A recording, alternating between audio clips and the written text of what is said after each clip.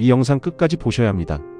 지금 중동의 하늘에서 벌어지는 일이 여러분의 에너지 요금, 장바구니, 물가, 손자, 손녀가 살아갈 세상과 직결되기 때문입니다. 지금 화면에 보이시는 장면, 불꽃놀이처럼 아름다워 보이시죠? 하지만 이건 축제가 아닙니다. 레바논과 가자 지구, 수십만 민간인이 살아가는 마을 위로 쏟아지는 백린탄입니다. 오늘 저는 여러분께 세 가지 충격적인 사실을 먼저 말씀드리겠습니다.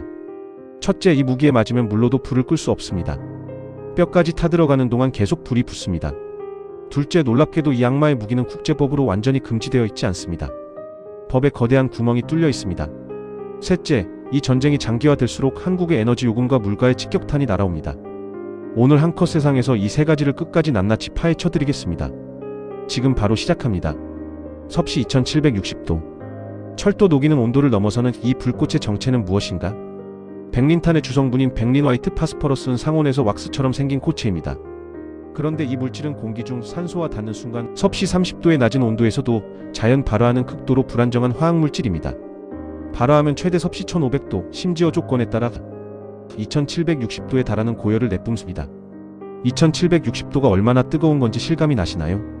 철이 녹는 온도가 약 1538도입니다. 즉 철도 녹이는 온도를 훌쩍 넘어서는 겁니다. 마늘 냄새가 나는 짙은 흰 연기를 내뿜으며 타오르기 때문에 군사 은어로는 윌리피트라고도 불립니다. 군대에서 백린탄은 원래 연막탄이나 조명탄 용도로 설계됐습니다. 백린이 만들어내는 짙은 연막이 적의 시야는 물론 적외선 추적 장치까지 교란하는 효과가 있거든요.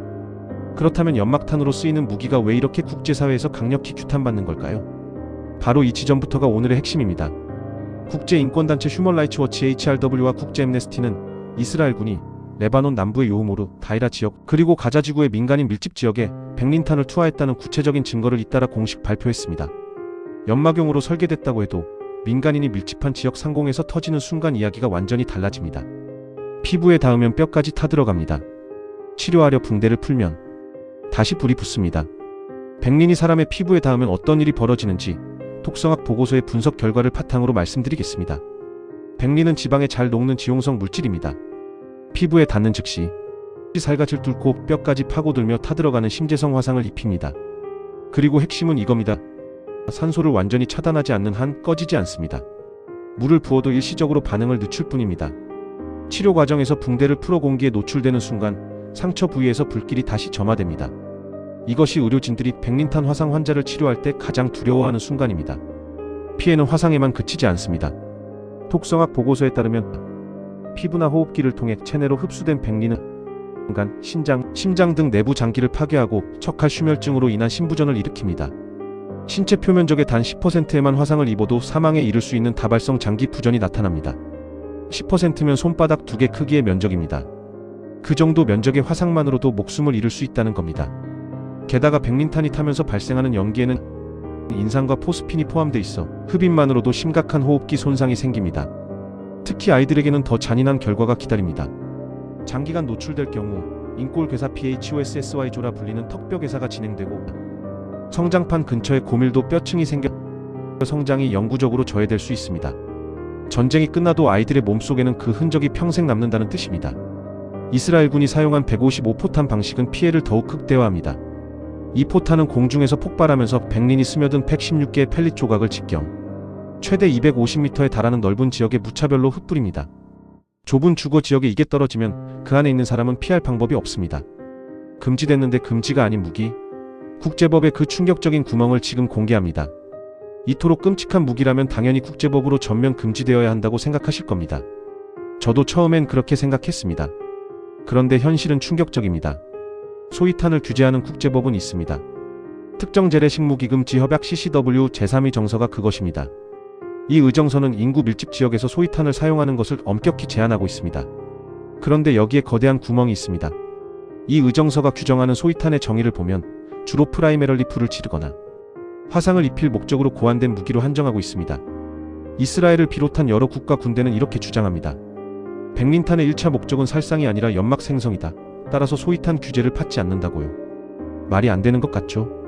그런데 현행법 조문상으로는 이 주장을 완전히 틀리다고 할 수 없습니다. 이것이 전문가들이 말하는 이중 용도 듀얼 마이너스 유스의 딜레마입니다. 여기에 또 다른 허점이 있습니다.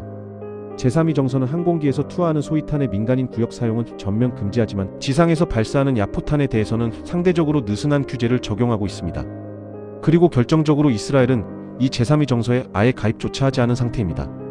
물론 국제법 전문가들과 국제인권단체들의 입장은 단호합니다. 제3위 정서의 기술적 맹점을 빠져나간다 해도 관습적 국제인도법이 명시한 구별의 원칙과 비례의 원칙, 사전 예방의 원칙은 피할 수 없다는 겁니다. 인구 밀집 지역 상공에서 통제 불가능한 화염 조각 116개를 250m 반경으로 흩뿌리는 행위는 명백한 무차별적 공격이며 이는 전쟁 범죄에 해당한다는 것이 이들의 강력한 주장입니다. 실제 현장에서는 어떤 일이 벌어지고 있을까요? 포렌식 아커텍처와 이어샤 시샤트의 공동 조사에 따르면 이스라엘군이 가자지구 라파에탈 아술탄 지역에서 명확히 표시된 응급 구호 차량 행렬에 900발 이상의 총탄을 발사했습니다.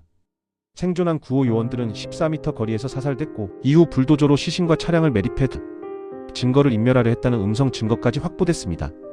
백린탄과 무력이 인도주의적 원칙을 얼마나 심각하게 위배하고 있는지를 보여주는 충격적인 사례입니다. 그리고 이런 일은 중동에서만 벌어지는 게 아닙니다.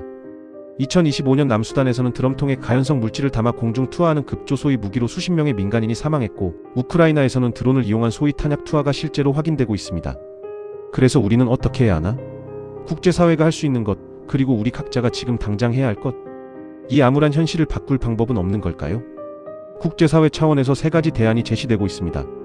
첫째, 무기 판단 기준의 전환입니다. 지금은 무기의 설계 목적을 기준으로 규제 여부를 판단합니다. 휴먼 라이츠 워치 HRW와 여러 국가들은 실제 미치는 결과와 영향을 기준으로 법을 개정해야 한다고 촉구하고 있습니다. 살상 목적이든 연막 목적이든 민간인의 피부를 태우고 삶의 터전을 파괴한다면 무조건 금지하는 방식으로요. 목적이 아니라 결과로 판단하자는 겁니다. 지극히 합리적인 주장입니다.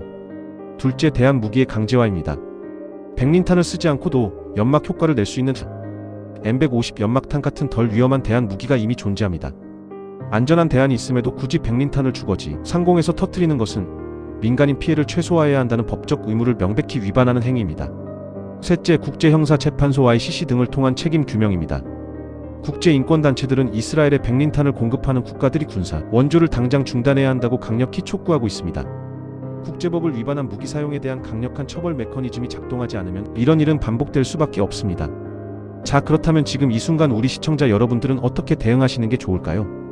3가지로 말씀드리겠습니다. 첫째, 에너지 관련 자산을 점검하세요. 이 전쟁이 이란으로 확대되어 호르무즈 해협 봉쇄 리스크가 현실화되면 국제 유가가 급등하고 한국의 에너지 요금과 물가에 직격탄이 날아옵니다. 에너지 관련 포트폴리오를 지금 미리 점검해 두시기 바랍니다. 둘째, 안전자산 비중을 검토하세요. 지정학적 불확실성이 커질수록 금골드와 달러와 자산이 강세를 보이는 경향이 있습니다. 노후 자산을 지키기 위해 안전자산 비중을 점검하시는 게 현명합니다. 셋째, 이슈를 주변에 알려주세요. 시민들의 관심과 목소리가 국제 여론을 만들고 그 여론이 국제법 개정을 앞당기는 힘이 됩니다. 오늘 이 영상을 가족, 친구들과 공유해 주시는 것 자체가 변화를 만드는 작은 실천입니다. 목적이 아니라 결과로 판단하라. 하얀 공포가 더 이상 무고한 생명을 앗아가지 않도록. 자, 오늘 한컷 세상이 꿰뚫은 핵심을 3가지로 정리해드리겠습니다. 하나, 백린탄은 섭씨 최대 2760도의 고열로 뼈까지 태우며 산소만 있으면 꺼지지 않는 악마의 무기입니다. 물로도 붕대로도 막을 수 없습니다.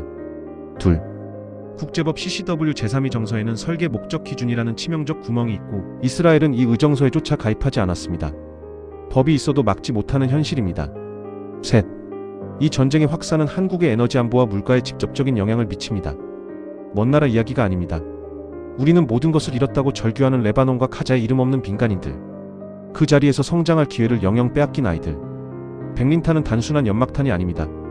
전쟁의 참혹함을 가장 끔찍한 형태로 극대화하는 비인도적 무기입니다.